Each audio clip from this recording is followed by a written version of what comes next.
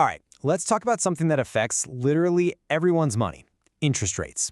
We're going to pull back the curtain and see exactly how this whole thing works, and more importantly, who's in control. You know, it can feel totally random, right? One day your credit card rate is this, the next it's that. But I promise you, it's not random at all. All those numbers, for your car loan, your savings, they're all tied together. And it all starts with a really simple choice that you and I make every single day. Okay, so think about the money in your wallet or your bank account right now. You've got a choice, right? You can keep it as cash, super easy to spend, or you can tie it up in something that earns you more money. That single decision, that's the engine of the entire financial world. And here's that choice laid out. Money is awesome for, living your life, grabbing a coffee, paying bills. It's liquid. But it just sits there, earning you exactly zero. Now bonds, they pay you interest, which is great, but try buying groceries with a government bond. It's not going to happen. So it's always this trade-off, convenience versus growth. So what makes you decide to hold more cash or invest more? What's the tipping point? Well, it really comes down to just two big things that shape what we call the demand for money. Okay, the rules here are pretty intuitive. First, the more you make, the more you spend, so you just need more cash on hand. Simple. But the second one is the real game changer, the interest rate. Think about it. If bonds are paying you a ton of interest, back in the 80s it was like 14%, you're going to want to park as much of your wealth there as possible, right? So kind of weirdly, a higher interest rate makes people want to hold less cash. And while we're on the topic of who wants cash, get ready for this, because it's pretty wild. This data from 2006 showed that a whopping 2/3 of all U.S. dollars aren't even in the U.S. They're held by people in other countries. Why? Well, if your own country's currency is super unstable, a U.S. dollar looks like a pretty safe bet. It just shows you how much the whole world relies on the dollar. Okay, so that's us. That's the demand for money. But who's on the other side of the equation? Who's controlling the supply? Enter the main player, the central bank. Here in the United States, we call it the Federal Reserve, or just the Fed. And its whole job is to manage the money supply, to find that perfect sweet spot, that equilibrium interest rate that keeps the economy humming. So how do they do it? You might be picturing giant printing presses, but that's not really it. Their main tool has this kind of boring name, open market operations. But all that really means is the Fed is either buying or selling government bonds. That's it. That's the main lever. Let's walk through it. Say the Fed wants to lower interest rates to get the economy going. It'll go out and buy a bunch of bonds from commercial banks. And how does it pay for them? It just creates new money, digitally. Poof! Suddenly the banking system is flooded with cash. It's like a plumber opening a valve. More money in the pipes means the pressure, or in this case, the interest rate, goes down. That's the core of it, right there. The Fed buys bonds, rates go down. The Fed sells bonds, rates go up. Simple.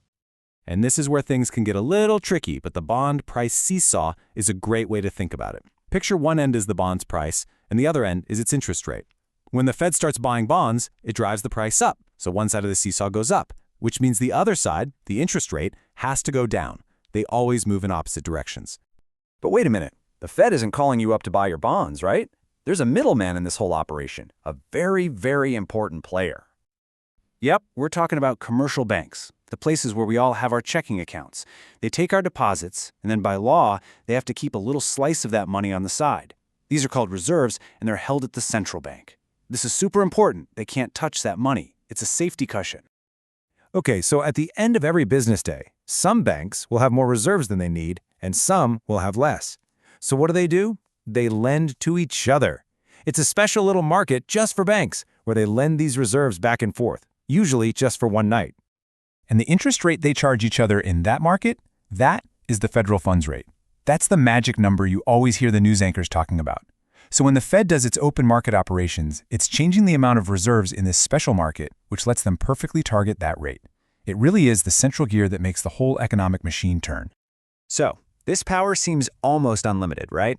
The Fed can just keep buying bonds, keep pushing rates down to boost the economy. But what if they push that lever and it hits a wall?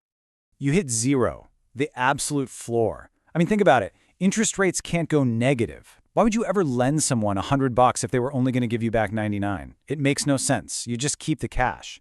That floor is called the zero lower bound. So imagine this scenario. The economy's in trouble, The Fed has done everything it can. It's pushed the big red button, slammed interest rates down to zero, and it's still not working.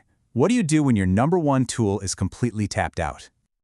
Well, you're in a really, really tough spot because that main lever we've been talking about, it just stops working. It's like trying to push a rope. You can't do it. This situation has a name. It's called the liquidity trap. At 0%, there's no real difference between holding a bond and holding cash. Neither one gives you a return. So when the Fed tries to pump more money into the system, people and banks just sit on it. The money gets trapped as cash, and the interest rate can't go any lower. It's stuck. And hey, this isn't just some textbook theory. This is exactly what happened after the massive financial crisis in 2008. The Fed slammed the rate down to zero, and then, for years, they pumped trillions of dollars into the economy. But since we were already at that zero floor, the interest rate didn't budge. The money just got absorbed. Their main tool was effectively broken. Okay, so let's do a quick recap. It all starts with a simple choice we make: spendable cash or interest-earning bonds. That creates the demand. Then the Fed comes in and controls the supply of money for banks, which sets the big-picture interest rate. But, and this is a huge but, that whole powerful system can grind to a halt when rates hit zero. And that brings us right back to today, leaving us with a really big question. We've actually lived through this. We've seen what happens when that primary tool is taken off the table, forcing central banks to get creative.